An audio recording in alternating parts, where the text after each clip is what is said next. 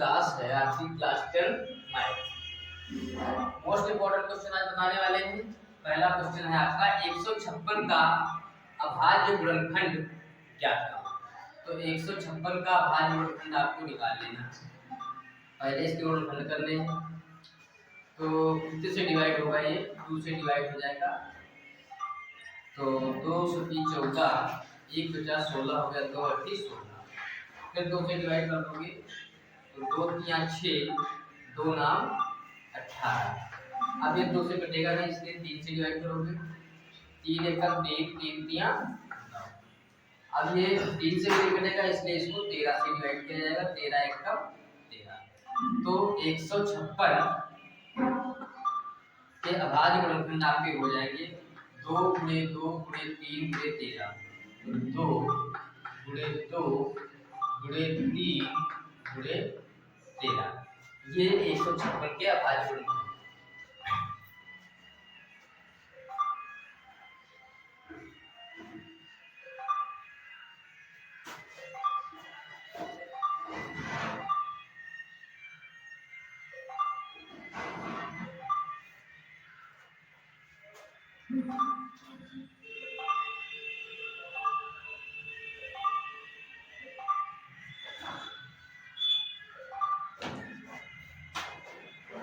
इसको एक और प्रकार से लिख सकते हो कि 2 बार आया है, इसलिए 2 की पावर 2 गुणे 3 गुणे 13, ऐसे भी लिखा जा सकता है। अगला क्वेश्चन है आपका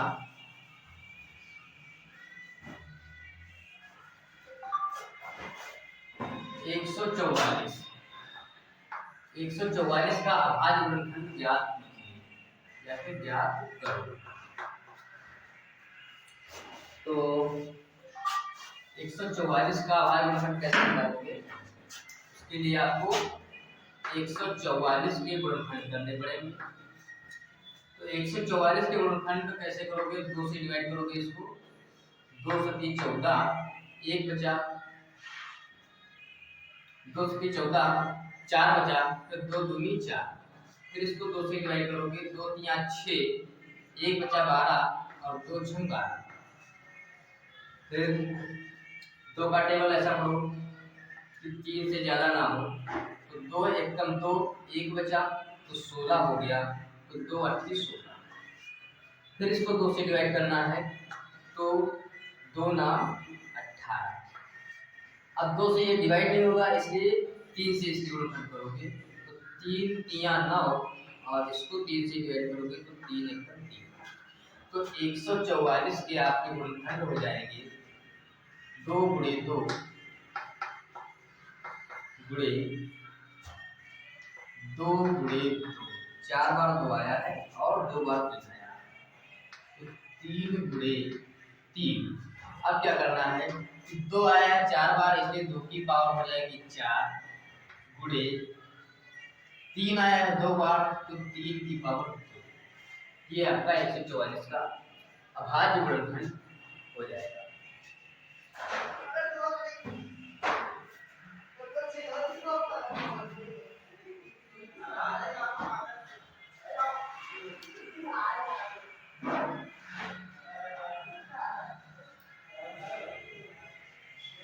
अगला क्वेश्चन नोट कर लेते हैं।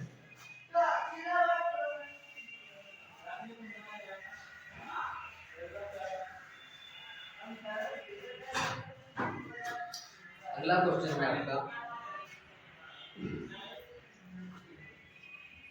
यदि 65 और 117 और 117 का HCF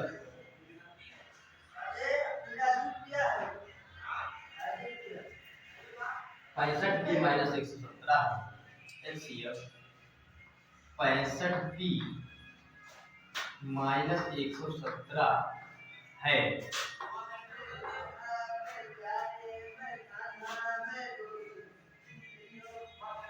तो P का मान क्या? तो P का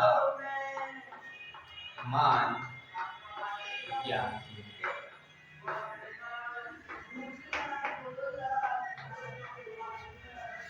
इसमें कह रहा है, ये आपका तीसरा क्वेश्चन है, इसमें कह रहा है यदि 65 और 117 का HCF 65p माइनस 117 है तो p का मान ज्ञात कीजिए।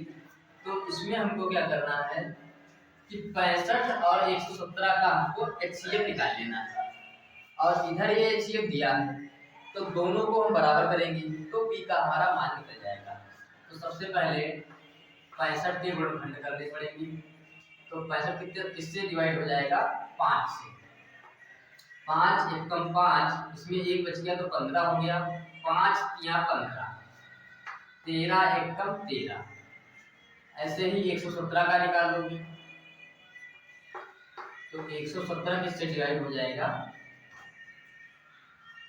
3 से पहले डिवाइड हो जाएगा, 3 या 9, इसमें 2 बच गया और ये हो गया 27, तो 3 9 27।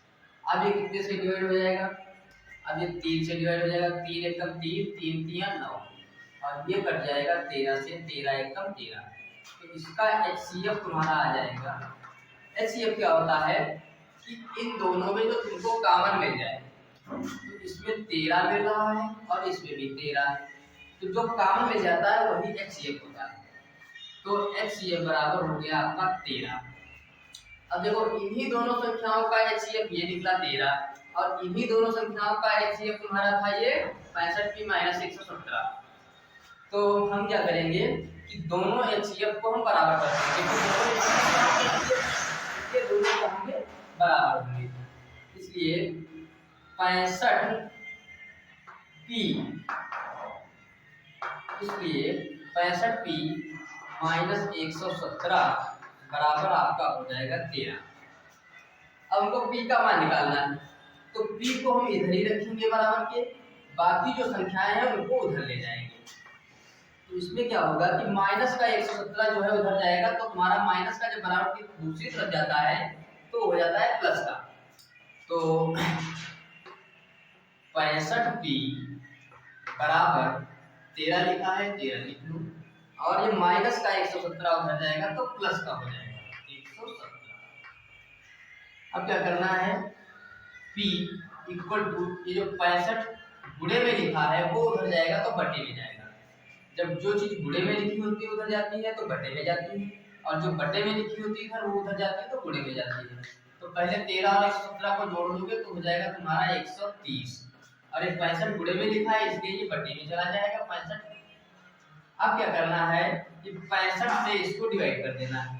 तो 65 से जब 130 को भाग करोगे तो तुम्हारा आ जाएगा 65 एकम 65, 65 दूना 130, तो ये तुम्हारा आ जाएगा ऊपर 2 बटे 1, और 1 बटे में लिखा नहीं जाता है इसलिए बराबर, ये आपका आंसर।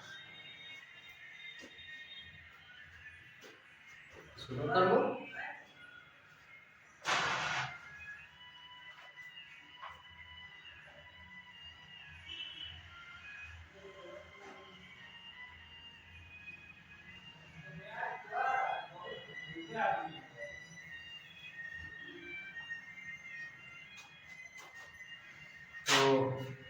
अगला क्वेश्चन आ जाते हैं चौथे नंबर पे।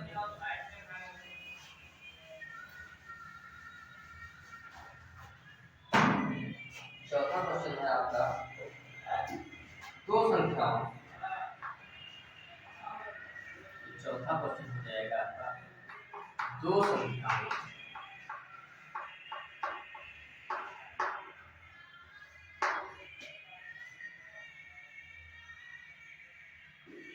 306 तथा 657, 306 तथा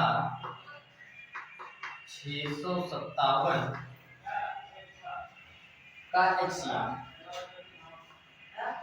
का HCF क्या? इसमें केवल आपको 306 तथा 657 का HCF ज्ञात करना है। तो HCF ज्ञात करने के लिए पहले इनके गुणनखंड करने पड़ेंगे। तो 306 का गुणनखंड कर लो और 657 का कर लो, 657 का गुणनखंड कर लो। तो पहले 306 का कितने से डिवाइड करोगे, 2 से। तो 2 एकम 2, 1 बच गया इसमें, ये हो गया 10 तुम्हारा, और ये 2 पंचे 10, अब बचा 6, तो 2 तिया 6। अब ये कितने से कट जाएगा?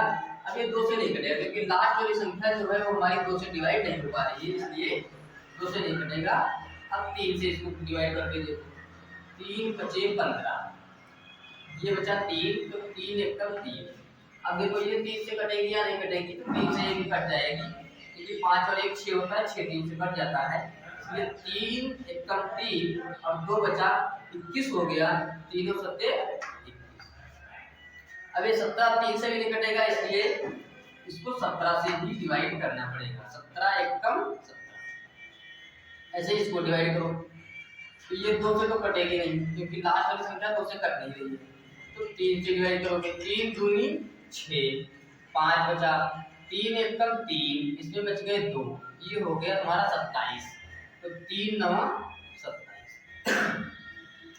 अब ये फिर देखो 3 से कटेगी या नहीं कटेगी? तो 3 से फिर से कट जाएगी क्योंकि 9 1 10 10 2 12, 12 3 से कट जाता है, इसलिए संख्या भी 3 से कट जाएगी। तो इसको काटो, 3 और 7 21, बचा 9, तो 3 तिया 9। अब देखो ये 73 जो होता है ये किसी संख्या से नहीं कटता है, 73 को तुमको 73 से ही काटना पड़ेगा। तो 73 एकम 73।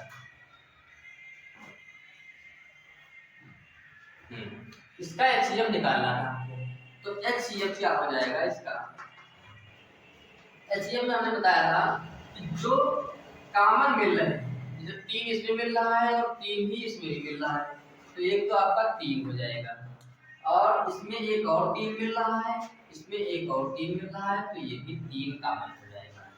और कुछ इसमें मिल नहीं रहा है, इसलिए इसका एचसीएफ क्या हो जाएगा? 3 तिया। सुनो करो,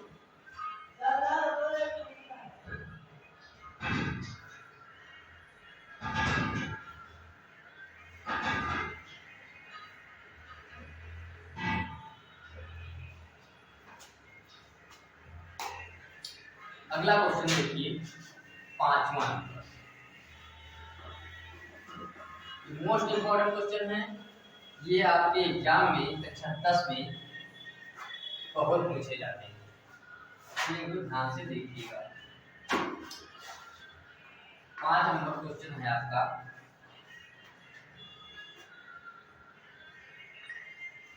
एक संख्या दी हुई है a बराबर x³ y² और एक संख्या आपकी दी हुई है b बराबर xy³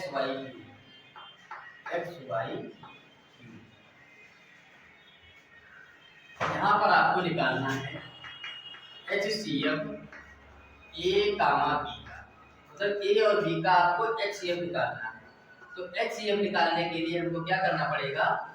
पहले हम इनको तोड़ लेंगे, तो a बराबर x के ऊपर 3 हाथ लगी, इसका मतलब x को हम 3 बार लिखेंगे, x गुणे x। फिर देखो y के ऊपर 2 हाथ लगी, इसलिए y को हम 2 बार लिखेंगे, y गुणे y। ऐसे ही हम b को तोड़ेंगे, तो b को हम लिख लेंगे x गुणे, क्योंकि x अकेला ही है, हाथ लगी नहीं है, तो y के ऊपर 3 हाथ है, तो y को 3 बार लिख लेंगे, y गुणे y। अब क्या होता है, जब HCF निकाला जाता है, तो HCF निकाला जाता है जब, तो जो चीजें मिलती हैं वो HCF होती है। तो HCF क्या हो जाएगा आपका a, b का HCF हो जाएगा, इसमें देखो x मिल रहा है, इसमें भी x मिल रहा है, तो हम x एक लिख लेंगे। अब इसमें देखो x नहीं मिल रहा है, दूसरा y मिल रहा है, y इसमें भी मिल रहा है, y इसमें भी मिल रहा है, तो हम y लिख लेंगे। फिर देखो एक और y मिल रहा है, ये y मिल गया दोनों में, तो इसको भी लिख लेंगे। और कुछ हमको मिल नहीं रहा है, दोनों में हमको और कुछ नहीं मिल रहा है, इसलिए क्या होगा, यही आपका आंसर हो जाएगा, x और y 2 है तो y का स्क्वायर। ये आपका HCF है 5वें नंबर।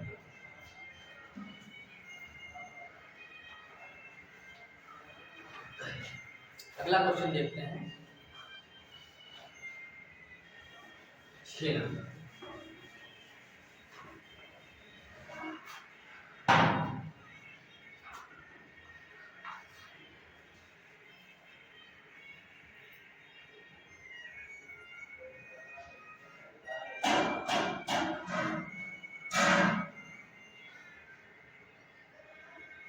6 नंबर है 15, 18 और 24 का लासा निकालें। का लासा, लासा मतलब होता है एलसीएम। क्या होता है? एलसीएम। एलसीएम ज्ञात करो। अभी तक क्या था? हम एचसीएफ निकाल रहे थे। एचसीएफ का मतलब होता है मासा, तो मासा निकाल रहे थे अभी तक। अब क्या निकालेंगे? लासा। लासा कैसे निकाला जाता है? तो लासा में 15 का गुणनखंड कर लोगे, 18 का गुणनखंड कर लोगे और 24 का गुणनखंड कर लोगे।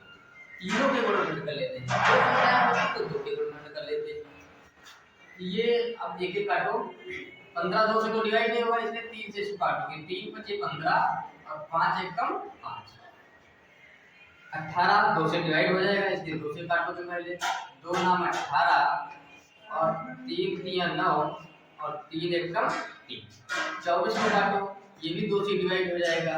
2 1 कम 2, 2 दूनी 4 और 2 6 12 और 2 3 6 और 3 1 कम 3। मासा में क्या था, मतलब एचसीएफ में क्या था कि जो दो तीनों में मिल जाए। अगर दो संख्या है तो दोनों में मिल जाए, तीन संख्या है जो तीनों में मिल जाए, वो मासा है। और लासा में क्या होता है? एलसीएम में क्या होता है कि पहले जो तीनों में मिले उसको लिखो। तो तीनों में हमको क्या मिल रहा है? तीनों में हमको मिल रहा है 3, तो सबसे पहले हम लिख लेंगे 3। अब तीनों में और कोई संख्या ऐसी नहीं है जो मिल रही है। अब क्या देखना है हमको कि जो 2 में मिल जाए। तो 2 में हमको मिल रहा है 1 2 और 1, ये 2 लिख दिया। अब ऐसी कोई संख्या नहीं है जो 2 में मिल जाए या तीनों में मिल जाए। तो अब हमको लिखना है जो बची है उनको लिखना है। तो इसमें 5 बच गई, इसमें 3 बच गई, इसमें 2 बच गई है 2 बार। 2 अब क्या करना है? अब क्या करना है? इसकी मल्टीप्लाई कर लोगे। 2 दूनी 4, 4 तिया 12, 12 पंचे 60, 60 गुना 120, 120 तिया 360 हो जाएगा। तो ये आपका एलसीएम आ जाएगा 360।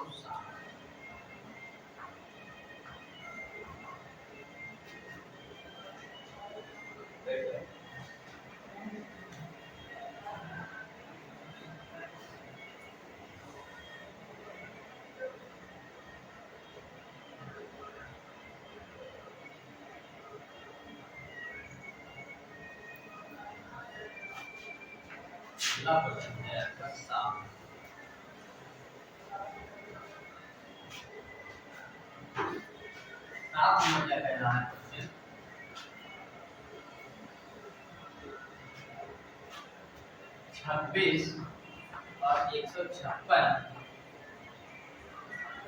का लासा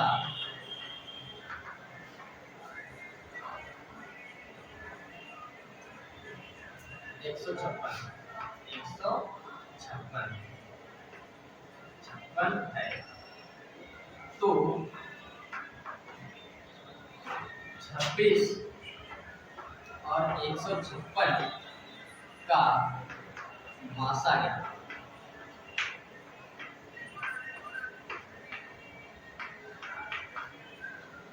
छब्बीस और 156 का लासा दिया है 156 और आपको निकालना है 26 और 156 का मासा।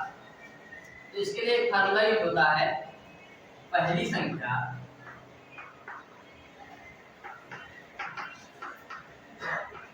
गुणे दूसरी संख्या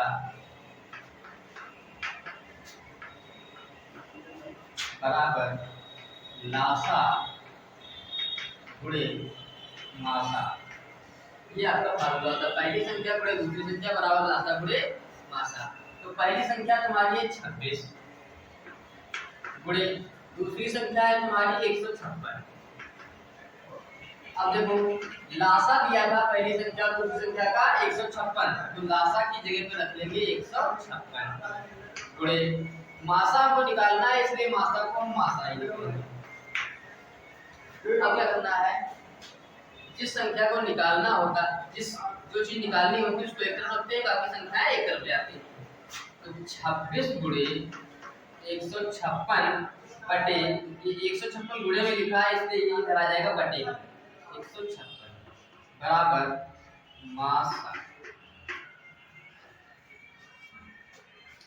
अब क्या करना है, इसकी मल्टीप्लाई इससे डिवाइड करना है। तो हमको दिख रहा है कि 156 से 156 कट रहा है, जिसको काट देंगे तो ये बच जाएगा आपका 26, तो मासा हो जाएगा आपका 26।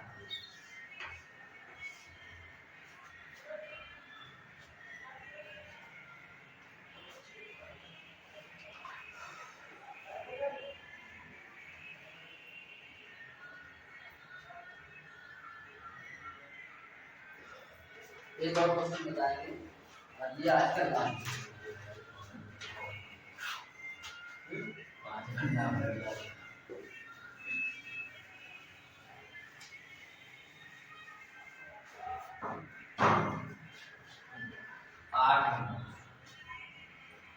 8 नंबर क्वेश्चन है आपका। मासा दिया हुआ है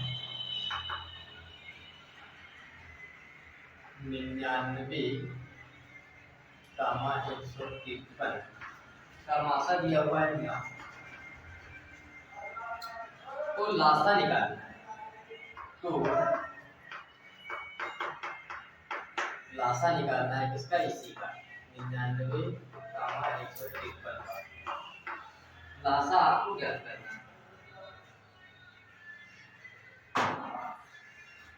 तो देखो उसमें क्या दिया था, इससे पहले वाले क्वेश्चन में लासा दिया हुआ था 99, 153 का, और मासा निकालना था। मासा दिया हुआ है तो लासा निकालना है, फार्मूला वही लगेगा। पहली संख्या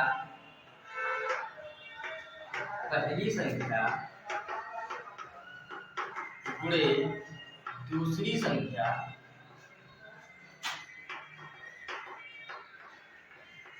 बराबर लासा गुणे मासा। तो पहली संख्या तुम्हारी कौन सी है, 99, गुणे दूसरी संख्या तुम्हारी है 153 बराबर लासा तुमको निकालना है, इसलिए लासा ऐसे ही लिख दोगे, लासा गुणे मासा तुमको दिया गया था, इसका मासा 9 है, तो मासा की जगह पे 9 रख दोगे। अब ये 9 गुणे में लिखा है, इधर ले आओगे बटे, तो 99 गुणे 153, ये 9 गुणे में लिखा है, इधर आ जाएगा बटे में, और लासा। अब क्या है, इसको हल कर लोगे तो तुम्हारा लासा निकल आएगा। तो 9 से इसको डिवाइड कर दो, करता है 9 एकम 9, और 9 एकम 9, 9 एकम 9, ये बच गया तुम्हारा 11 गुणे 153 बराबर लासा। अब देखो 11 से इसकी मल्टीप्लाई करोगे, मतलब गुणा करोगे, तो 11 की यहाँ 33, 3 हासिल, 11 बचे 55, 55 और 3 58 का 8 हासिल लगा 5, और 11 एकम 11 और 5 हो जाएगा आपका 16।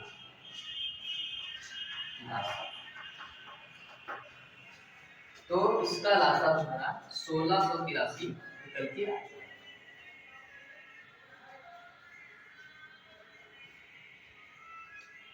तो ये हो गए लासा और मासा से संबंधित क्वेश्चन, और कंफ्यूज नहीं होना है, लासा को एलसीएम भी कहा जाता है और मासा को एचसीएफ भी कहा जाता है। आज की क्लास यहीं पे समाप्त होती है, और कल अगली क्लास शुरू